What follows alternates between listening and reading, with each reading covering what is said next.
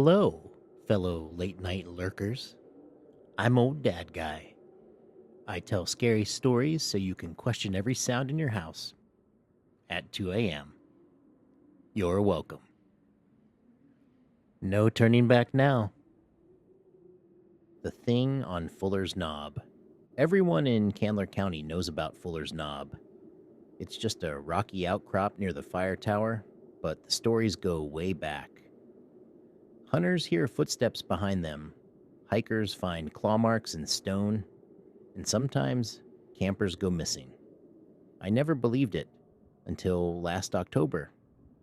I was backpacking solo, trying to clear my head. Made camp near the base of the knob, just before dusk. The woods felt heavy, like the trees were pressing in. Around midnight, I heard something moving. Not a deer. This was two-legged.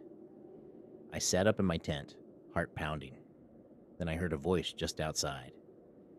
"Hey," it said. Software almost like a child. I unzipped the flap and shined my light, but there was no one there. Just long, drag-like footprints in the dirt. And a smell like rot and wet fur. I stayed up until sunrise. Didn't sleep a second. The next day, I climbed the knob, hoping daylight would shake the fear loose. At the top, I found a clearing. In the middle was a pile of rocks, bones stacked neatly beneath, not scattered, arranged. Around it were symbols made of twigs and animal hair. I turned to leave, and that's when I saw it.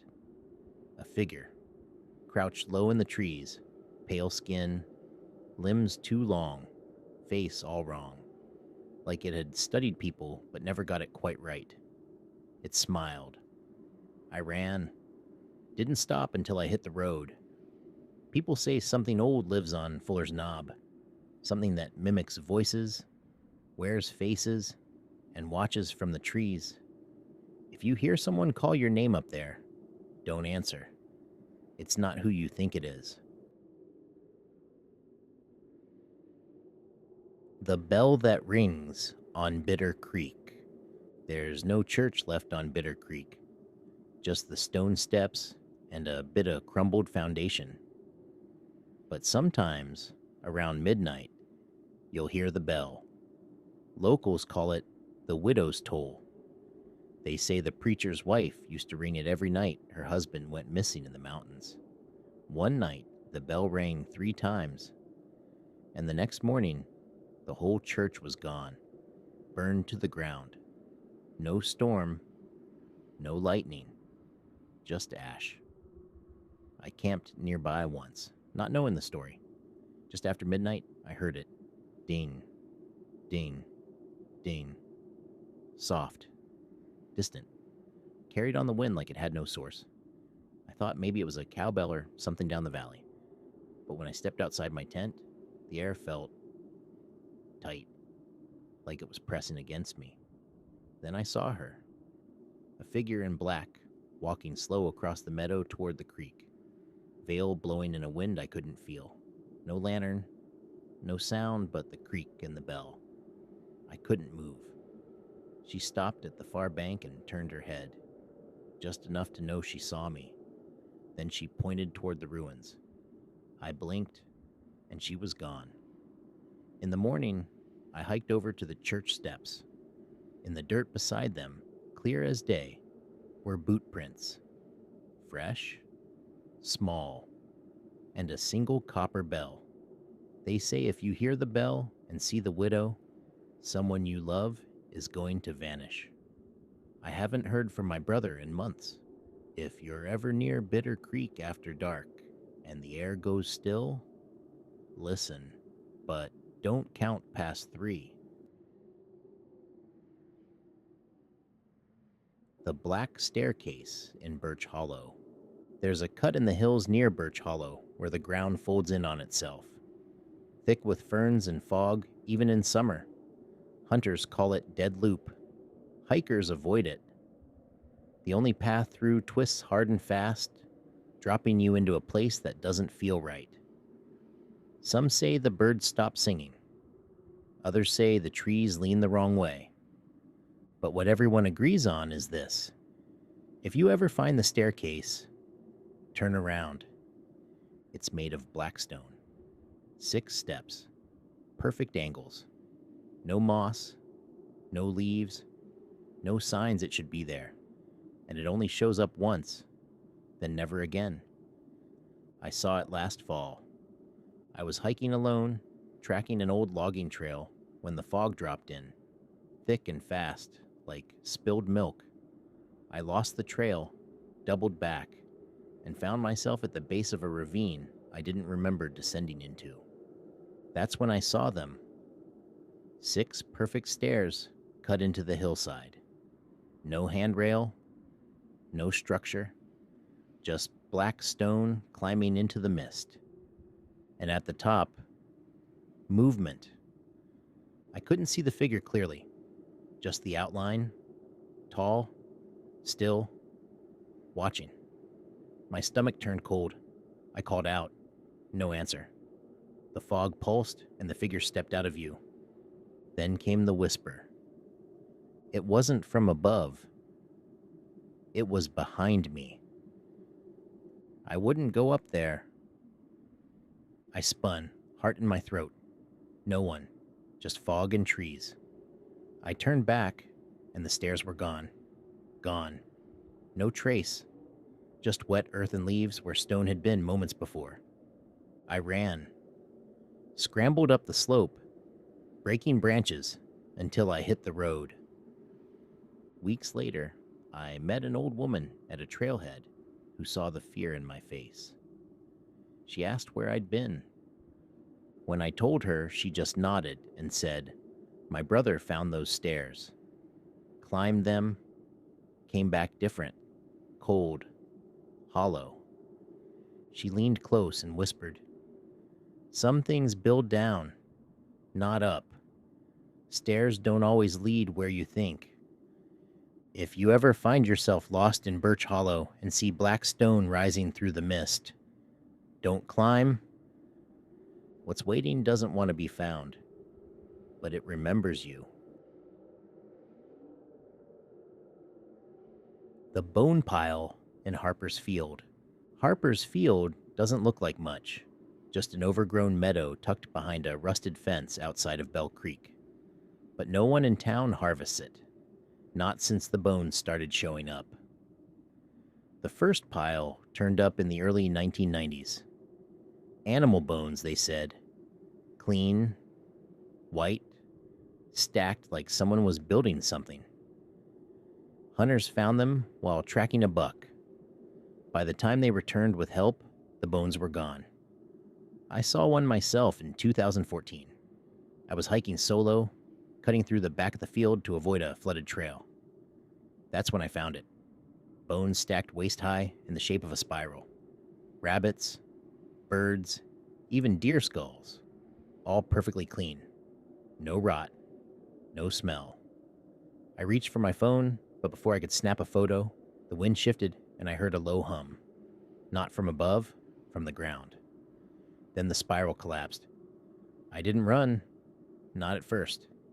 I just stood there, frozen, as the earth beneath the pile bubbled like something was trying to breathe through the soil. Then it whispered. Not a voice, not words, just a feeling, deep in my skull. Hunger. I ran until I hit the road. Never went back. Locals say Harper's Field was a burial place before it was a farm. Some say cult, some say older. They believe something wakes every few years, and the bones are its way of rising, piece by piece. The piles still show up sometimes, always in new shapes, always vanishing by morning. If you ever pass Harper's Field and feel the ground hum beneath your feet, don't stop. It's not finished yet. The Cabin That Watches. Deep in the folds of Briarhook Ridge, there's a cabin no one remembers building. It's not marked on maps. There's no trail leading to it. But people still find it, usually when they're lost, cold, and out of daylight. That's what happened to me. 2 autumns ago, I was hiking a forgotten fire road that cut through the ridge. Weather turned fast. Thick fog, temperature dropping.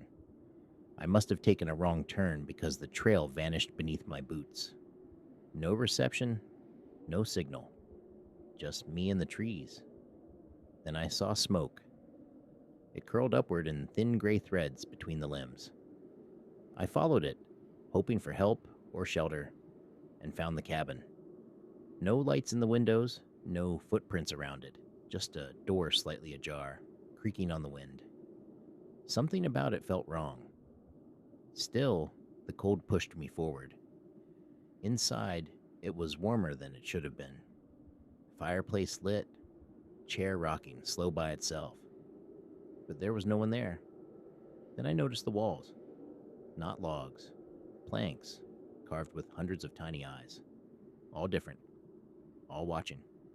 I turned to leave, but the door was gone. Not closed. Gone. Just a solid wall where I'd entered. The fire hissed out. The room went dark.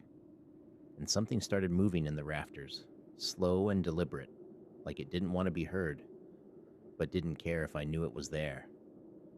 A voice came next, not out loud, but inside my head. Stay, watch with us. The Coal Widow's Wake. They still talk about the explosion in Greeley shaft number. 9 like it happened yesterday. 42 men trapped underground when the old mine collapsed in 1911. Most were never found. Folks called it cursed ground long before the first pick struck stone. But the stories didn't end with the cave-in. They say a woman walks the hills near the old mining camp, veil of soot, dress torn from the earth, eyes like cinders. She doesn't speak, just waits, watching. They call her the Coal Widow. I didn't believe it until I took a survey job there 3 years ago. The state wanted to assess landslide risk. I was mapping elevation lines along the ridge near the collapsed shaft when I heard humming. Low, mournful, familiar. My grandmother used to hum that song when someone died. I followed it. The old rail line was nearly buried, but the entrance to shaft number 9 still gaped like a wound in the mountain. And just outside, it stood a woman. She wasn't quite real, edges blurred like smoke in sunlight. Her back was to me, hands clasped over something small, like a photo. Then she turned. Her face wasn't burned or bloody. It was grief. Raw. Endless grief. And her mouth opened like she was screaming, but no sound came out. Then I heard voices behind me. Men. Dozens. Whispering. Pleading. I turned, but the forest was empty. When I looked back, she was gone. The next morning, I returned to the shaft. Found nothing, except for a fresh boot print in the coal dust. Not mine. I tried to forget it, until I started dreaming of her. Same veil, same silence. Always holding something. Last week, I finally told my grandfather, who once worked those mines. He nodded, quiet for a long time, then said, "They buried more than men in that mountain. Some grief don't die. It waits.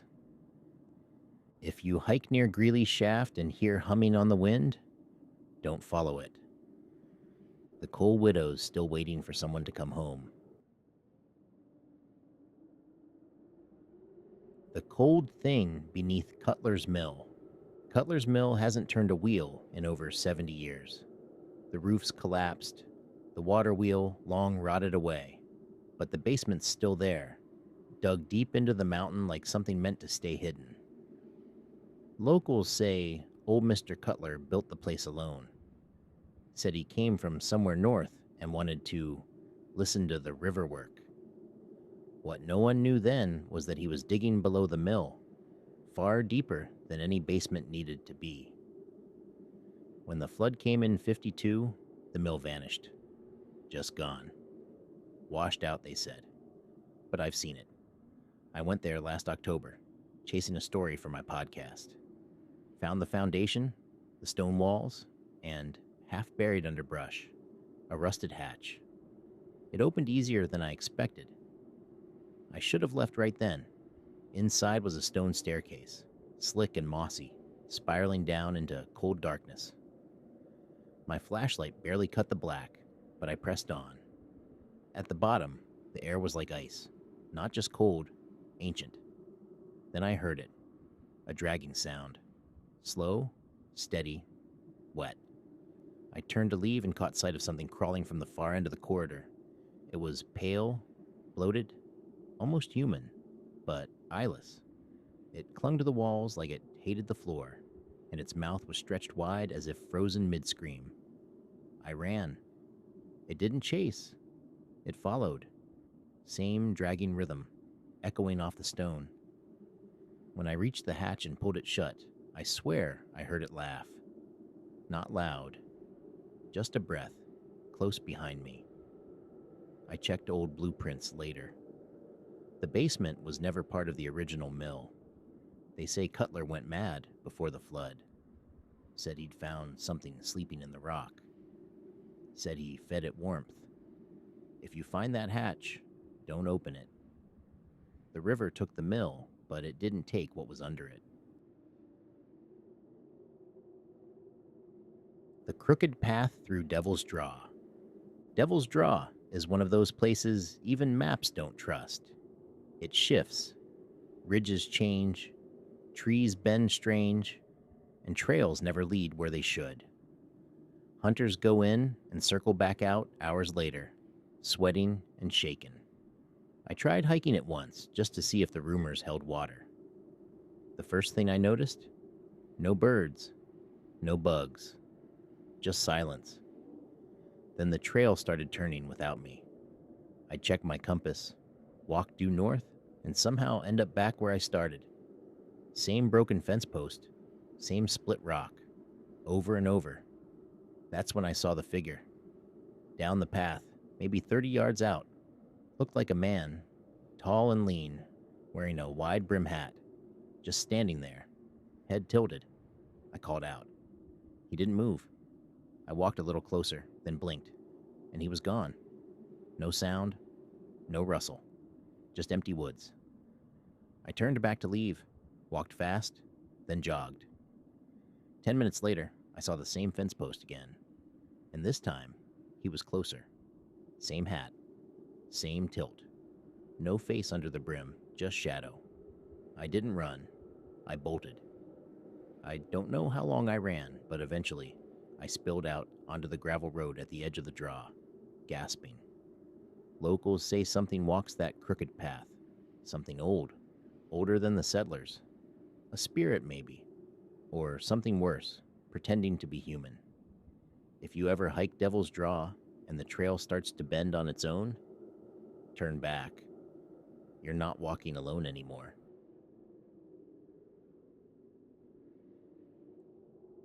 The Crying Tree of Cold Branch Hollow. You ever been out in the Appalachian backwoods so deep the trees start feeling like they're listening? I'm not talking about the national parks or the scenic overlooks with tidy little signs. I mean real country.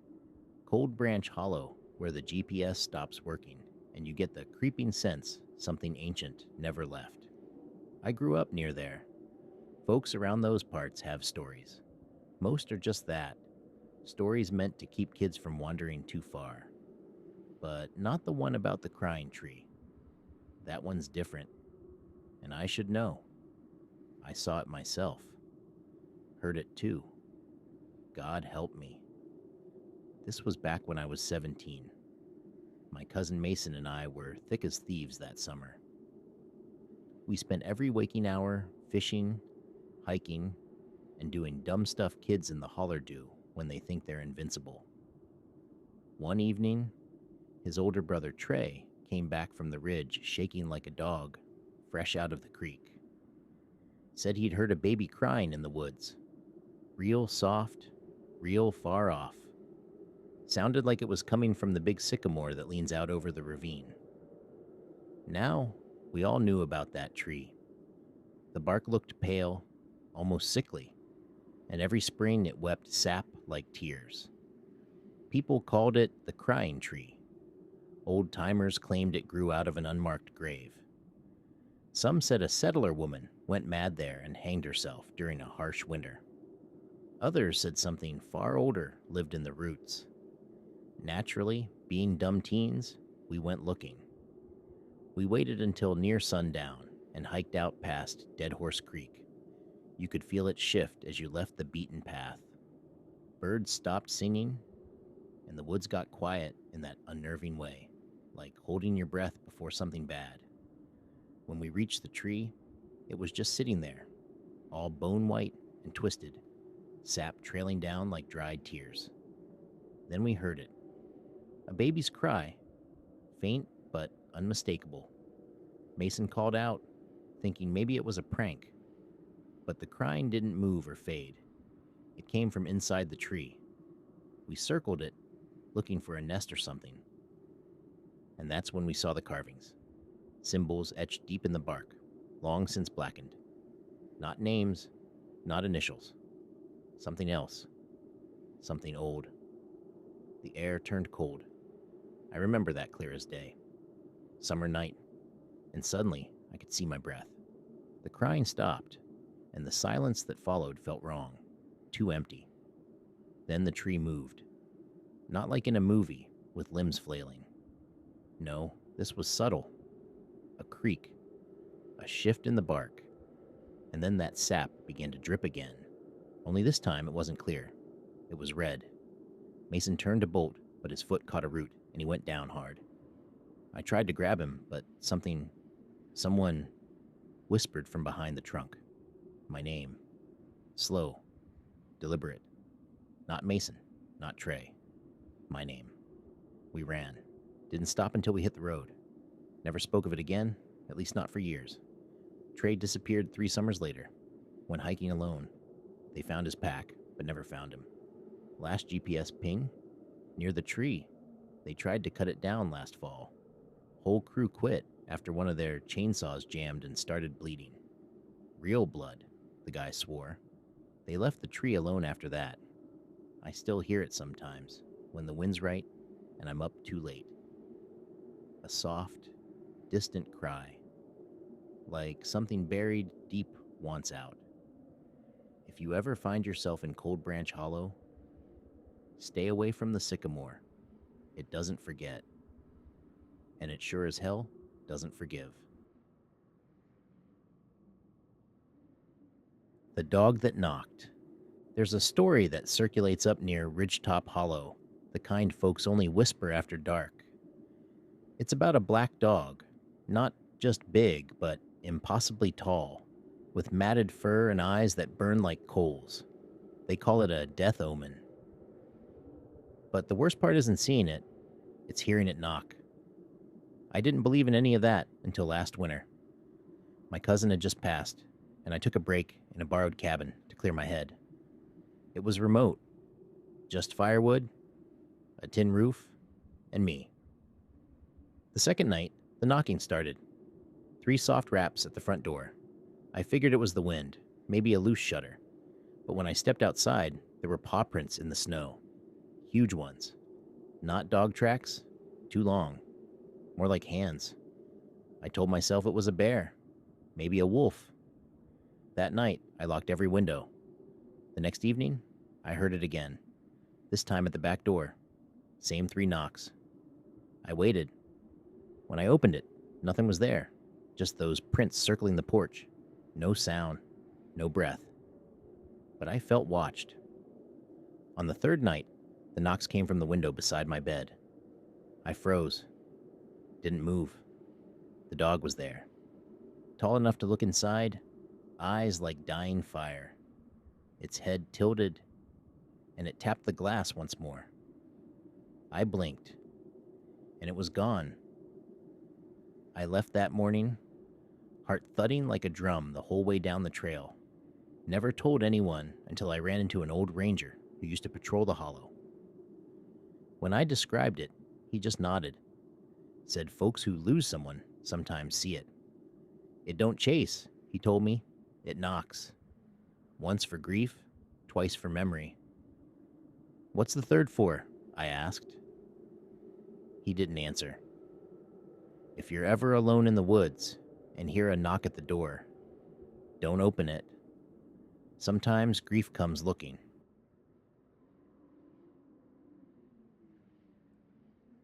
The hanging wind of Tiller's Gap. There's a stretch of road near Tiller's Gap that folks around here call Dead Curve. Not because of accidents, though there have been plenty, but because of what people see when the wind picks up. Back in the 1920s, they hanged a man there. Wrongfully accused, some say. They strung him from a poplar tree right off the bend. No trial, just rope and anger. The tree's long gone, but the story stayed. I was driving that curve late one night last winter, heading home from my shift. Snow had just started falling when my headlights caught something swinging in the dark. I slowed. Thought maybe it was a tire or some trash caught in a branch.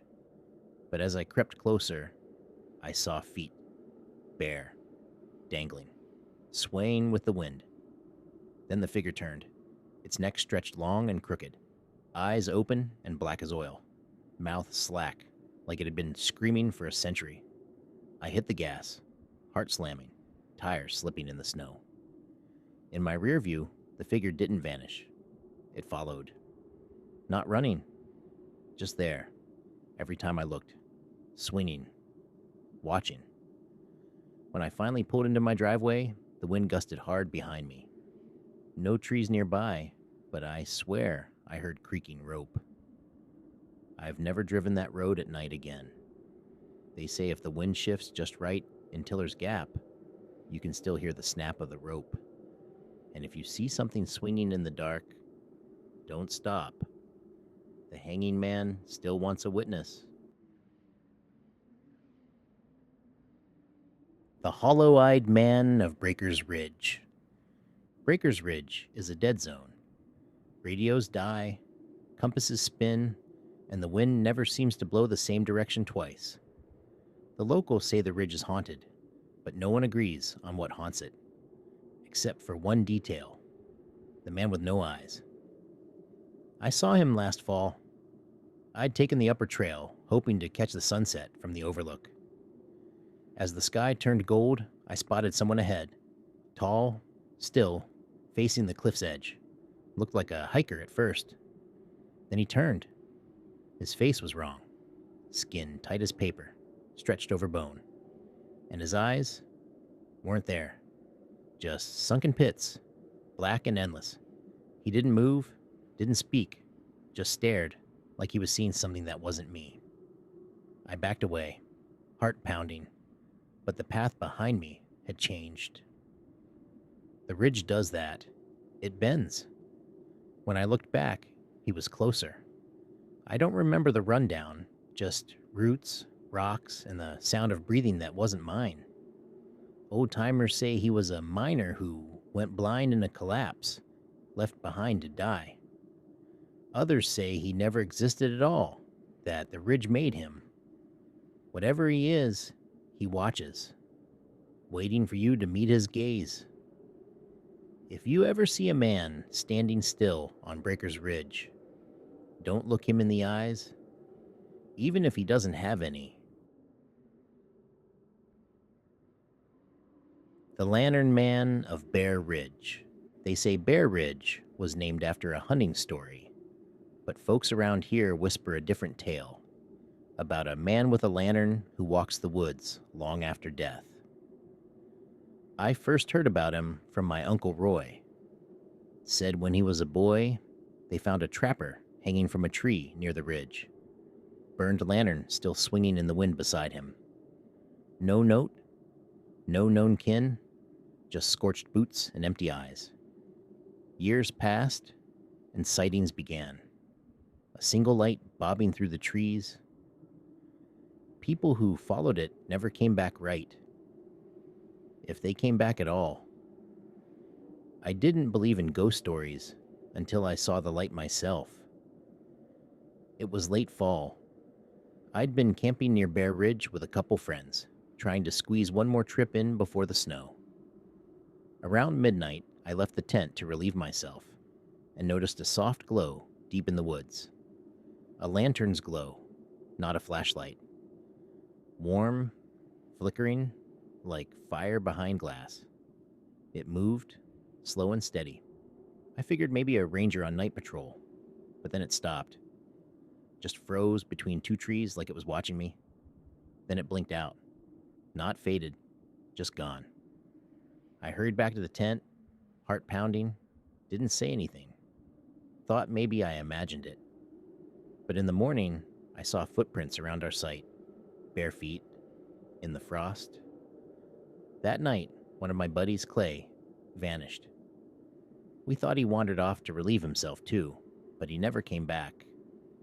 Search party found his boots by the creek. Inside them? Ash. Just ash. Locals said it was the Lantern Man. Said he collects souls for whatever fire keeps his light burning. If you see the glow, you're already marked. I haven't camped since. Not up there. So if you're ever hiking Bear Ridge and you see a light in the trees, don't follow it. And for God's sake, don't let it follow you. The Murmurs from Burnt Hollow Road. Burnt Hollow Road doesn't show up on GPS anymore. It's a narrow stretch of gravel choked with brush, half swallowed by the forest. They say it burned in a wildfire back in the 60s, killed a whole family trapped in their cabin. But the place didn't just go quiet afterward. It got louder. I took the road once. Just once. It was dusk and I'd missed my turn heading into Dunmore. Figured I'd cut through the backwoods like the locals used to. As I drove deeper, my radio fuzzed out. No signal. Even the engine sounded muffled. Then the voices started. At first, it was just faint murmuring. Couldn't tell if it was wind or static. But then it got clearer.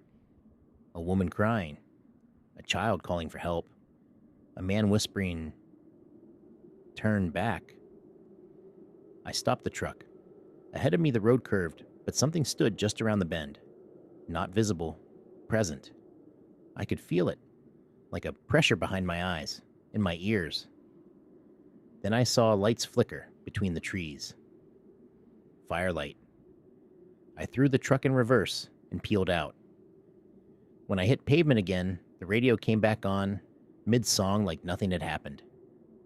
I checked later. There's no cabin there. No ruins. Just scorched earth that never grows over. Locals say the family wasn't trapped. They were sacrificed. Some say it wasn't fire that killed them. If you ever find yourself on Burnt Hollow Road, don't stop. Whatever died out there still. The red-eyed thing from 7 Mile Cave. 7 Mile Cave sits in the side of an old ridge, forgotten except by coon hunters and ghost chasers. Locals say it goes deep, too deep, that it breathes when the air gets still. I went there once with a buddy, Jeremy, who swore he saw something inside years back. We brought headlamps, ropes, even a GoPro. Typical amateur ghost hunting stuff. At first, it was just tight stone and cold air. Then we found the claw marks. Deep gouges in the rock. Too high for animals. The kind that dig when something's trying to climb out, not in.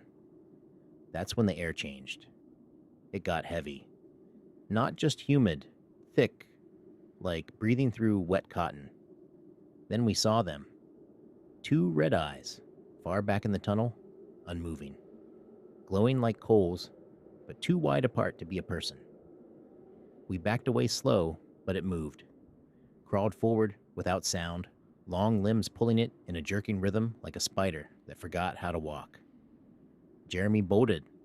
I slipped. Landed hard and saw it closer. Gray skin, mouth too wide, and no nose. Just a flat space where one should have been.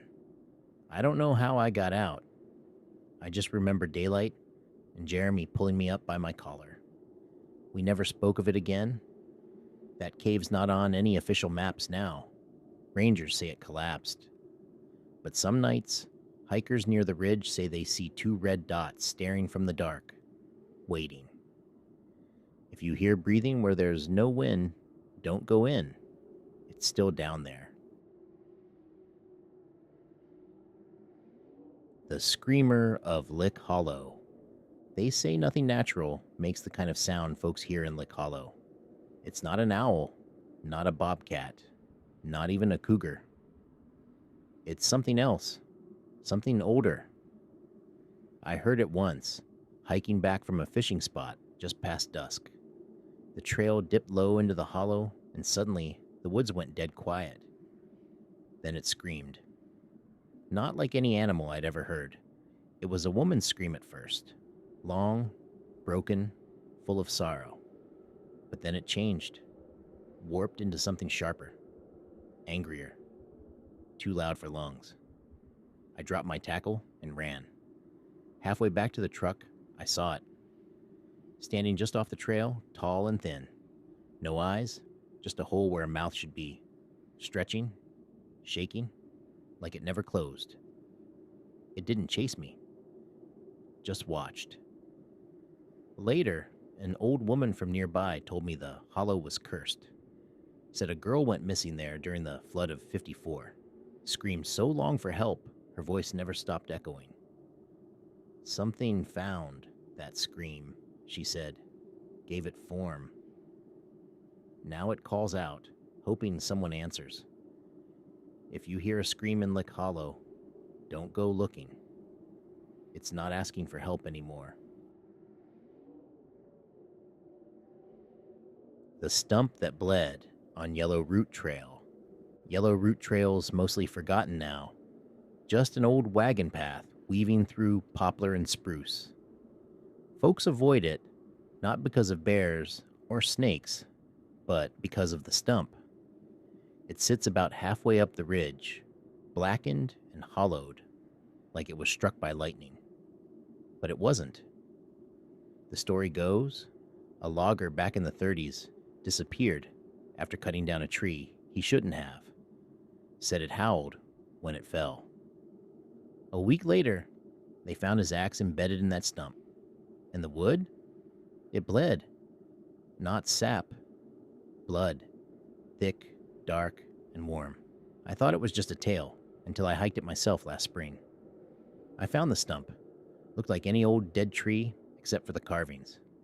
Hundreds of tiny crosses etched around the base, almost like claw marks. Then I heard the creak, not from the trees, from below. Something was moving inside the stump. I stepped closer, and that's when I saw it. Liquid, slow and syrupy, leaking from a crack in the bark. Red. The air turned sweet and sour, like iron and rot. I ran. Locals say the tree held something ancient, bound in its rings. Cutting it down, let it breathe again. Now the stump leaks when it's hungry. If you ever hike Yellow Root and come across that stump, don't touch it. And whatever you do, don't listen if it starts whispering your name. The well behind Stover's Church. There's an old Baptist church on Stover's Hill, long abandoned, but still standing. The roof sagged in, the windows boarded, but the bell tower leans defiantly, like it's daring the mountain to finish the job. Behind it is a well. No one talks about it much. No records of it ever being used. No stories passed down. Just a moss-covered stone ring with a rusted grate over the top. I found it by accident. It was a cloudy afternoon, and I'd hiked up there chasing a storm front with my camera. I was snapping shots of the church when I heard a metallic creak behind me, like something shifting. I turned, and the grate was open. I hadn't touched it. I walked closer, heart hammering. The well wasn't dry. It was impossibly dark, the kind of black that eats the light. Then I heard breathing. Not mine, not animal. Slow, wet, deliberate. I backed away, but something inside moved. Just a ripple of shadow, like something long and boneless shifting up toward the surface. That's when I noticed the carvings in the stones. Crosses. Hundreds of them. Not etched with care, but scratched in desperation. I ran. Didn't even grab my camera. Later, I told an old-timer at the diner. He stopped chewing, wiped his mouth, and said, "You saw the well?" I nodded. He said, "Best leave that alone. That ain't no well. That's a seal. And if it's opening..." He didn't finish. Some nights, when storms roll over Stover's Hill, people swear they hear the bell ring. But there's no bell inside. Only the well. Only what waits below. What the river took. People in these mountains don't swim in the Greenmouth River after dark. Ask any old-timer, and they'll tell you, it's not just the current you have to worry about. It's what lives under it. I used to think it was just superstition. My granddad would say, that river don't just drown folks, it keeps them. I figured it was a way of scaring kids from doing something dumb. But I learned different the summer I turned 20. I was working trail maintenance up near a bend in the river where the water runs slow and dark, like oil. Me and my buddy Kenny stayed late clearing brush. When the sun dipped low, I said we oughta head back. He grinned, stripped down, and jumped into the water. I shouted at him, told him the stories, but he just laughed and floated out toward the center. Then he vanished. No thrashing, no splash, just gone. I ran up and down the bank, calling his name, thinking maybe he was messing with me. But the river had gone still. Too still. I heard something then. Not a splash, a breath. Deep and wet, like lungs that hadn't worked in years. Then something broke the surface. It wasn't Kenny. It looked like a man, but all wrong. Skin pale and bloated, with riverweed tangled in its hair. Its eyes were black, no whites, and its mouth was just open, gaping. I couldn't tell if it was grinning or screaming. Then it sank, like it had never been there at all. They never found Kenny. Divers came, dogs sniffed, and they marked him off as another drunk who misjudged the current. But I knew better. A week later, I went back. Don't ask me why. Guilt, maybe. The moon was full, and the river shimmered silver. I stood on the bank and swore I heard my name. Not a whisper. A gurgle, like it was bubbling up from deep below. That river took him. Took others too, if the old stories are true. People who never come back. Or worse, people who do. If you're ever near Greenmouth after dark and hear something calling your name from the water, don't answer. What the river takes, it doesn't give back.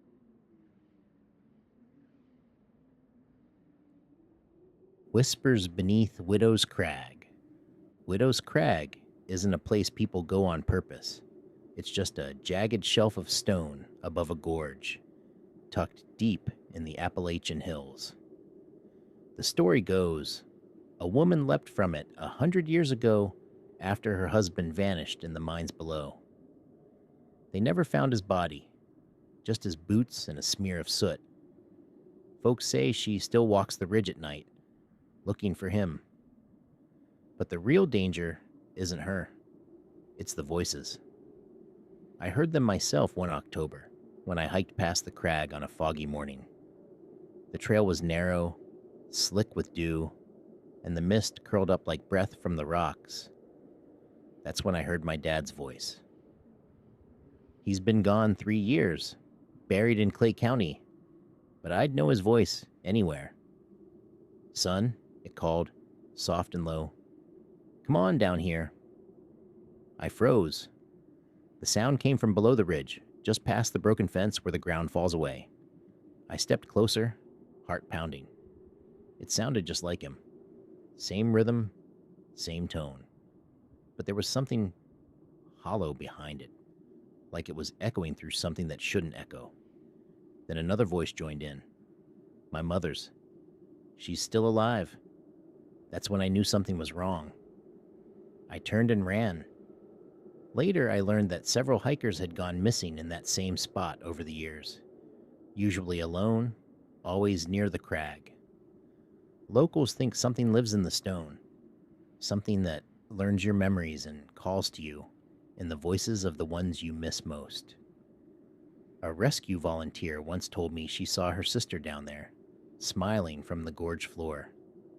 Her sister died in a car crash. She said the smile never reached her eyes.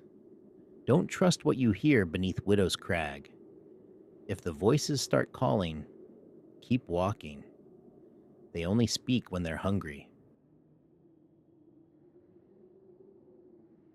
The Devil's Tooth. I was born and raised in the folds of Clay County, West Virginia, where stories are passed down like heirlooms, and the mountain holds on to its secrets like a jealous lover. We didn't have much growing up, but we had the land, and that meant everything. My granddad used to say, "You don't own the mountain. You live with it. You respect it." He believed the hills had memory, living, breathing memory. There was one place, though, that nobody dared wander. A jagged crag at the far edge of old logging land folks called the Devil's Tooth. From town, it looked like a stone fang rising from the forest. My uncle claimed he'd once seen fire dancing on its tip at midnight, but that was brushed off as one too many sips from the jar. I didn't believe any of that growing up. That is, until the summer I turned 32 and went looking for my brother, Owen. He'd been working odd jobs up north, but came home to help me settle Mama's affairs after she passed. He was only supposed to stay the week, but on the 5th night, he took the truck and vanished. Left his phone on the kitchen counter, didn't pack a thing. I filed the report. Deputies ran the plates. No sign of him, no sightings, just gone. About a week later, I found a map tucked into the back of Owen's journal, hand-drawn, and on it, a winding red line ending at the tooth. I recognized it instantly. How could you not? That stony spear had haunted the skyline our whole lives. On the back of the map was a single sentence, scribbled in Owen's sloppy, frantic hand. "She sings from the stone." That's what made me go. It was a 2-day hike if you wanted to get there without snapping a leg. The first night, I camped near the stream we used to fish as kids. It should have been comforting, but something about the air was wrong. Too still. No owls, no insects. The trees looked strained, if that makes sense, like they were trying to lean away from something. I thought I heard a woman humming that night. I told myself it was wind. By noon the next day, I reached the edge of the high ridge, and there it was, the Devil's Tooth, thrusting up from the mountain like it had punched through from hell. The trees around it were warped, gnarled, bark curled like burnt paper. And at the base of the stone, the dirt looked disturbed, fresh. I dropped to my knees and began digging with my hands. I don't even know why.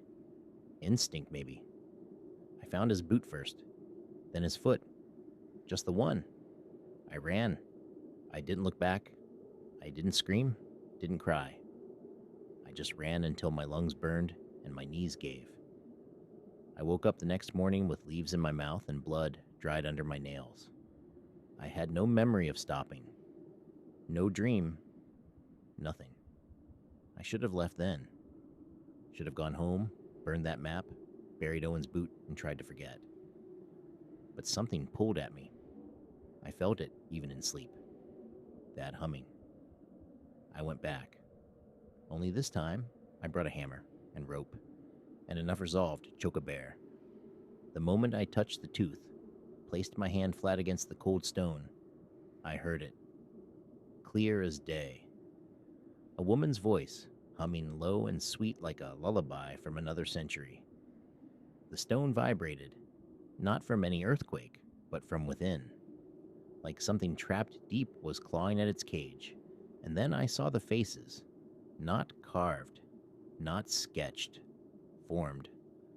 Within the stone itself, just under the surface, like they were screaming in slow motion beneath ice. Dozens of them, maybe hundreds, twisted, straining, mouths agape. I recognized one of them, Owen. I collapsed. I think I passed out. When I came to, it was dark, and she was there. Not a woman, not really. Too tall, bones wrong. Her face shimmered like it couldn't decide what to be. But the song, that damn song, kept coming from her throat like honey over rot. You heard me, she said, not with lips, but from the stone. You answered. I tried to move. Couldn't. Couldn't speak either. She crouched beside me, skin pulling like wet cloth over antlers, and with one long, delicate hand, she touched my forehead. I needed someone who remembers, she said. They forgot. You didn't. I don't remember getting home. Don't know how I did. The rope, the hammer, gone. My fingernails were packed with red clay.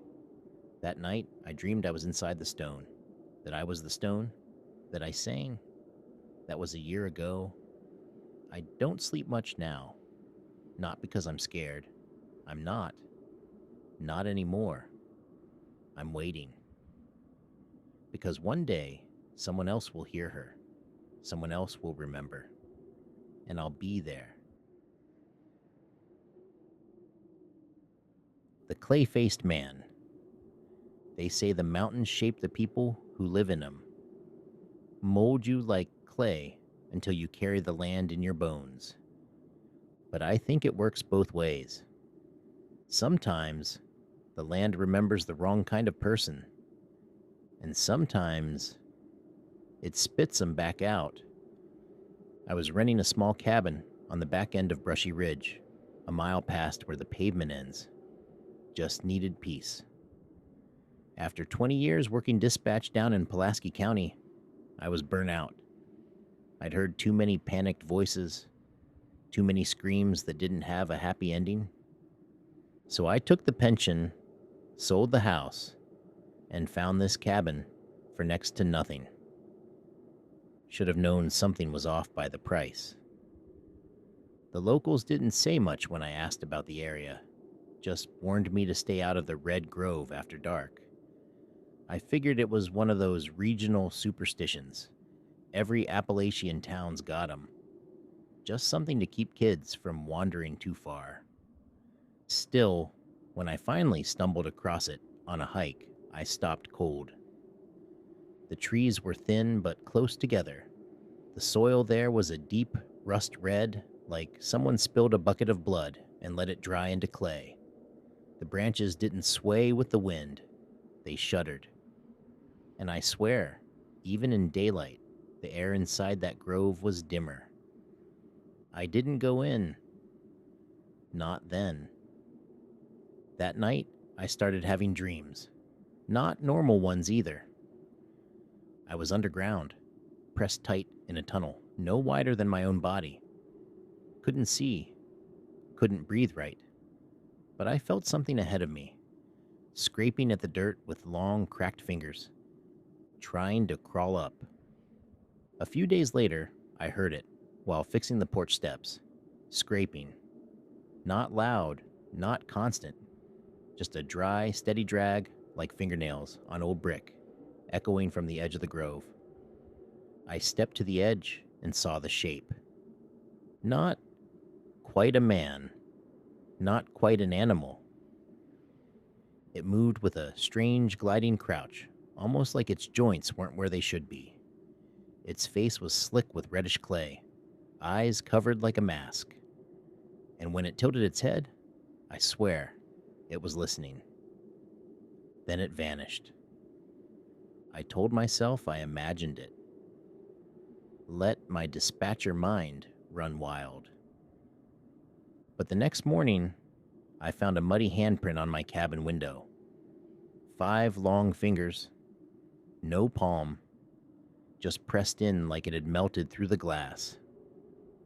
I went to town, told the sheriff. He gave me the same look you'd give a drunk uncle at a wedding. Said, "You seen the clay-faced man, huh?"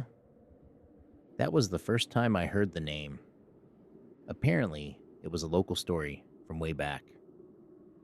A miner named Dent Brody went mad in the 1800s, killed 6 men and 2 children, buried them deep in a clay ravine, and vanished. When they tried to catch him, the posse claimed he crawled into the dirt and disappeared. They said the land took him, like it recognized something in him that it wanted to keep. But now and then, they say, he comes back. Not whole, not human, just a thing shaped from red earth, wearing a man's face. I didn't sleep that night. And at 3:14 a.m., I heard the porch creak. Then a whisper. I didn't recognize the words, but I felt them inside my ribs. I stayed perfectly still. Didn't breathe. Didn't blink. And after what felt like forever, the whisper stopped. When I finally got the courage to move, I found clay, packed into the keyhole of my front door, from the inside. The next day, I boarded up the windows, threw everything I owned into the truck, and drove straight to the old red grove. I don't know why. Call it madness or resolve. Maybe both. I carried a shovel and a flask. The air inside that grove was like soup, thick, wrong. The trees leaned in like eavesdropping old women. I found a bare patch in the center, dropped to my knees, and started digging.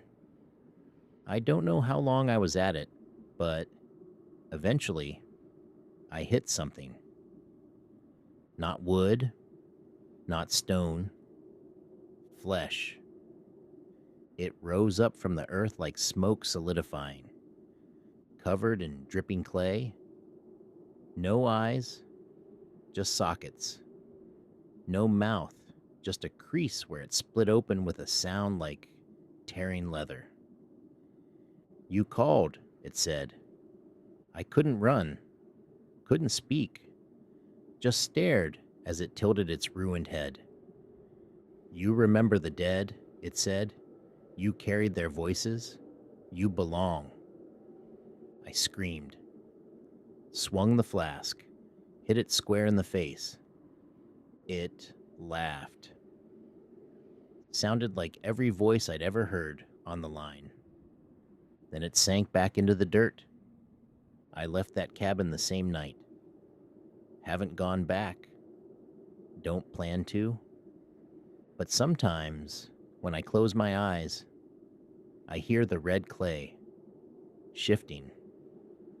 And sometimes, the dispatcher phone rings in my dreams, and I answer it, and I hear my own voice calling from the dirt. Below the split oak. You ever hear a tree breathe? Not creak, not groan in the wind, but actually draw in a breath like a living thing? I hadn't either, not until I went back to Morgan's Ridge. Not until I stood under the split oak again. There's a reason folks in Avery County used to avoid that part of the mountain. The land past Laramie's Fork is old. Older than the towns, older than the graves. The trees there twist strange. Water don't run right. Even the deer won't bed there. When I was 16, my cousin Cal vanished out there. They said he must have fallen or gotten lost, but I knew better. I was with him. He ran off trail, just 100 yards ahead of me. I saw him clear as day, right up until he passed that old, forked oak. The thing looked like it had been split by lightning, but kept growing all the same. Two massive trunks, joined at the roots like clasped hands. Cal passed between the trunks and never came out. They searched for weeks. Dogs wouldn't go near the tree. Planes flew overhead, but nothing turned up. No prints, no scent, no Cal. That was 20 years ago. I never went back. Not until I got the package. It came with no return address, just a manila envelope stuffed with old Polaroids. Most were blurry, crooked shots of woods, bare branches, close-up bark, tree knots. But one photo made me freeze. It was the split oak, and next to it stood Cal. A little older, a little gaunt, but I'd know him anywhere. Scrawled in pen on the back, "Come alone. Nightfall. You'll hear me." I tried to pretend it was a joke, some sick trick. But that night, I packed a flashlight, a knife, and a bottle of rye, and I went back. The woods were dead quiet. No frogs, no bugs, just the sound of boots on dry leaves and my own damn heartbeat. It wasn't until I reached the ridge that I heard it. Breathing. Low and rhythmic. Like wind through a hollow, but warmer, wetter. The air changed, got thick, heavy. My eyes burned. My stomach flipped. And there it was. The split oak. Something had changed. The bark looked slick, almost pulsing. Moss hung down like hair. I stepped closer, and it felt like I was walking into syrup. Then I heard it. "Lee." It was Cal's voice. Soft. Cracking. "Don't come through. Not all the way." I turned the light toward the tree, and there he was. Half inside it. I mean that literally. One side of him looked normal, aged, but real. The other side was stuck, melted into the wood like wax. Bark clung to his arm, his face. His eye was fused shut. He looked at me with the good one. "You can't pull me out," he said. "It won't let go." I backed away. My hand shook. I asked him what happened. He said he'd heard singing, just past the oak. He thought it was a girl crying, so he stepped through. "But it's not a place," he said. "It's a mouth, and it remembers hunger." I asked why it hadn't taken all of him. He smiled, or tried to. Because I screamed too soon. It hesitated. He told me something was stirring now, waking up again. It wanted new names, new voices, and it used him to call them, just like it was using me. He said I had to burn it. The oak, the whole ridge. That was the only way to keep it from reaching beyond the mountain. But I hesitated. He was still alive. I could see him. I could hear him. And I couldn't do it. I went home. Tried to forget. But then the dream started. Black roots coiling through my bed, a hollow voice whispering from the walls, the sound of breathing when no one's there. And now, packages keep arriving. More photos, more names. I know what it wants. I know I've waited too long, but I'm going back. This time, I'll light the match.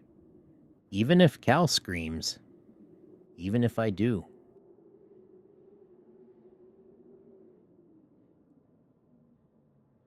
I used to be addicted to the hokey pokey, but then I turned myself around. Oh, that guy. You thought you were alone, didn't you? But they've been watching the whole time. Like, subscribe, and maybe they'll let you sleep tonight.